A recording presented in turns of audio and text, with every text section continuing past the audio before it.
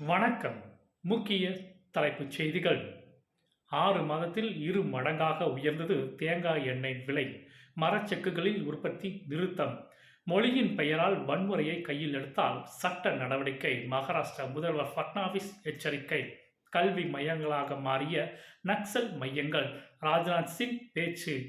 தலாலாமா வாரிசு நியமனம். கிரண் ரிஜிஜு கருத்துக்கு சீனா எதிர்ப்பு. அரசு ஊழியர்களுக்கு குட் நியூஸ். அக்டோபர் 1 முதல் ஈட்டிய விடுப்பு சரண் அமல். நாட்டின் இறையாண்மையை பாதுகாக்க இந்திய படை தயார். ஆபரேஷன் சிந்து உதாரணம் என்கிறார் அமித்ஷா. பாரம்பரிய சம்பிரதாயப்படி ராமேஸ்வர கோவிலுக்கு அர்ச்சகர்கள் நியமனம். மயிலாடுதுறை அருகே தவாக பிரமுகர் படுகொலை. போர் மேகம் முற்றிலும் கலைந்தது.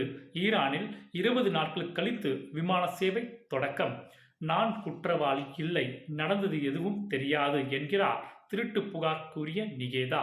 கேரளாவில் மீண்டும் பரவத் தொடங்கிய நிபா வைரஸ். 3 மாவட்டங்களுக்கு அலர்ட்.